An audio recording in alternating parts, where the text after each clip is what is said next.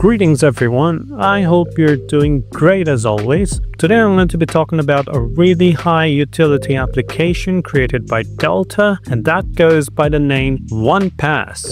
1Pass is Delta's dedicated password management solution, and its architecture and development has been inspired from the famous password management solution called 1Password. You can do a quick search about 1Password on Google and you'll get to know what the solution is all about. So today we're going to understand how Delta's 1Pass dApp functions, how it can be used by users to store information like passwords, credentials, sensitive information, etc. in an encrypted environment that's impenetrable. It cannot be accessed by anyone, and all of this will be completely free to use. All you need to do is to set up a passphrase one time, and then 1Pass dApp will function as your dedicated password vault. And by the way, it's encrypted to such an extent that even if someone has access to your passphrase, they still won't be able to access your data. Are you curious already? Well, let's take a deep dive into how it works. So firstly, as soon as you have logged in or you're checking on with the app, you'll go down and you will tap 1Pass, and now you will hit load and run. Fantastic. And now you need to tap get started. Now, if you're a first-time user who is checking on with 1Pass, you'll have to authorize the app to log in. So you will hit authorize now. Now, depending on whether you have your pattern lock set up on your device or numeric lock set up on your device, tapping OK here will trigger that. Now, in some of the cases, as soon as you tap authorize now, your app might crash. It is usually because your device's OS or the operating system might be outdated. So in a case like that, you first need to set up Delta's in-app pattern lock. So to do that, you will hit menu, and you will tap local security, and in local security you will find pattern lock. Now you will tap this plus icon, and now you will create an in-app pattern lock, and you will confirm it. And once you have created in-app pattern lock, now you will go back to 1Pass. You will tap get started, hit authorize now. And now the system will not trigger your device's numeric lock or your pattern lock. It will trigger your Delta's in-app pattern lock. So you will make the pattern, and now your verification is successful, and now you'll be able to log into 1Pass. Now, on top left, here you can check out for GitHub. Tap this icon. It will take you over to GitHub. This dApp is completely open source across both the front-end aspect of it as well as the back-end aspect of it. So if you ever feel like doing a deep dive on this dApp's architecture, you can always check the front-end aspect and you can check the back-end part as well. There is complete transparency on the architecture, so the user will have a greater deal of trust, a greater level of trust that their information is utmost secure in a confidential and encrypted environment.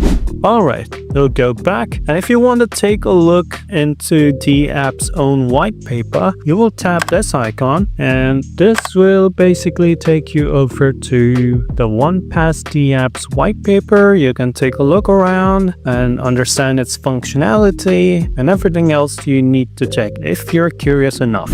Here you will find a demo.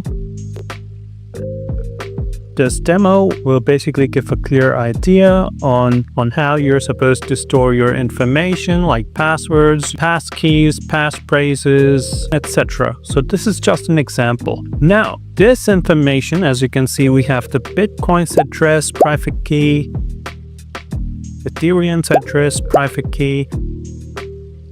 Same goes for ICP. All of this information, this has been stored. This is just a demo example. But on the back end, this information appears like this. On the screen, what you see right now, you might feel that, hey, it's just a random sequence of numbers. But this random sequence of numbers is actually ciphertext.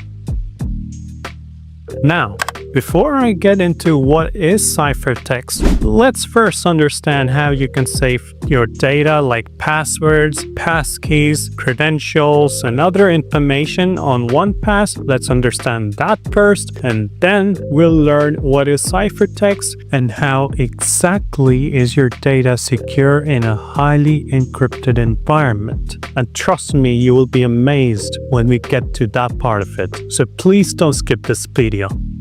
Okay, so the first part we need to take care of is to set up a passphrase. This passphrase is your entry ticket to 1Pass dApp's ecosystem.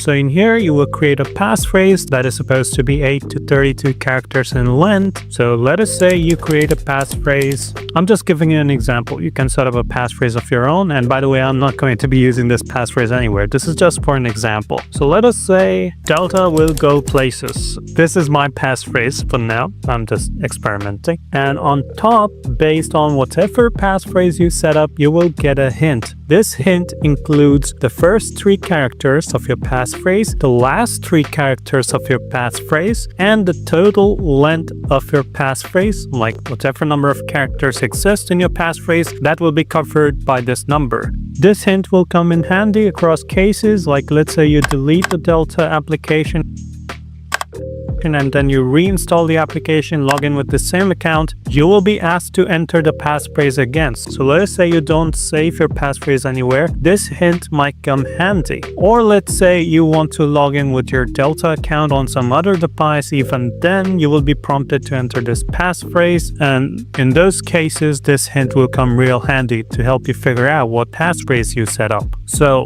I will create an actual passphrase now. Okay, I've created my passphrase and now I'll hit submit.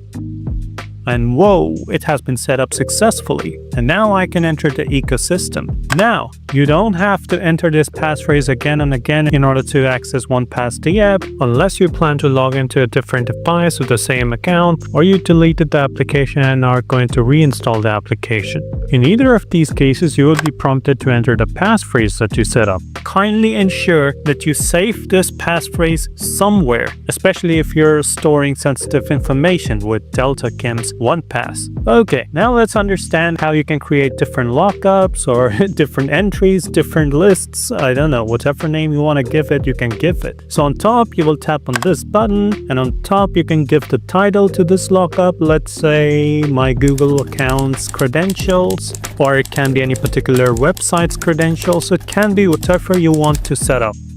And in here, I'll enter the content. This is just a demo mail. There is no actual email that goes by this name, but you know, just for the sake of demonstration, I'm entering random mails and passwords. Okay, so so I'm done setting everything up, and now I'll hit this button. And now you can check on the main interface that this list, this lockup, or whatever you want to call it, it has been created. You can tap it and you can see all the entries that you've saved within this lockup. You can create as many lockups as you want. Now, I'll tap this lockup.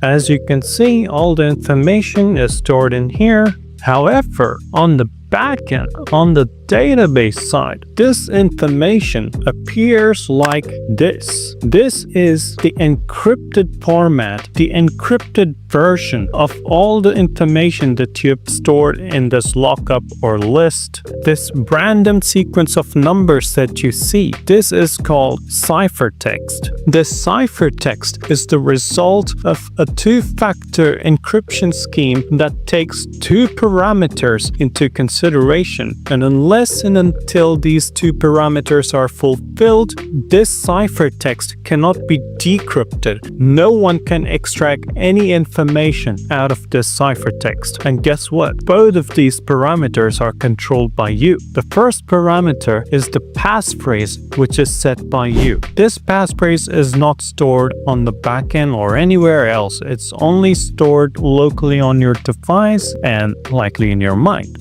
And the second parameter is linked with the secret key, which in turn is linked with your user DID. And guess what? This secret key can only be activated once a user has logged in. So unless and until someone has logged into your account, which means they will have to bypass 2FA security circle check as well as the DSMS verification. So unless someone has cracked that, and unless someone knows your passphrase, there is no freaking way that this ciphertext can be decrypted into the information that you have saved in your lockup or list. This entire design architecture has been inspired by 1Password itself. But the one area which distinguishes 1Pass from 1Password is that 1Password comes up with hefty pricing plans. And if you check 1Password on Reddit, you will find that people really love that solution. But the fact is, these hefty pricing plans discourage a lot of users from accessing the full potential of 1Password. With Delta, with 1Pass, you're getting everything for free. 1Pass is here to stay and it will only get better with time. In future, you'll be able to save QR codes. All of the expenses associated with running 1Pass is covered by the crowdfunded tokens that takes care of the expenses associated with running Delta on ICP blockchain. We created 1Pass dApp primarily for two reasons. Firstly, we want the Delta's ecosystem to feature really high utility applications, because once the ecosystem has value, the native token will have value. And the second reason why we created 1Pass dApp, it was basically to give everyone a password management tool, regardless of whether they're crypto savvy or they're regular users looking for digital encrypted vaults. We wanted to give them a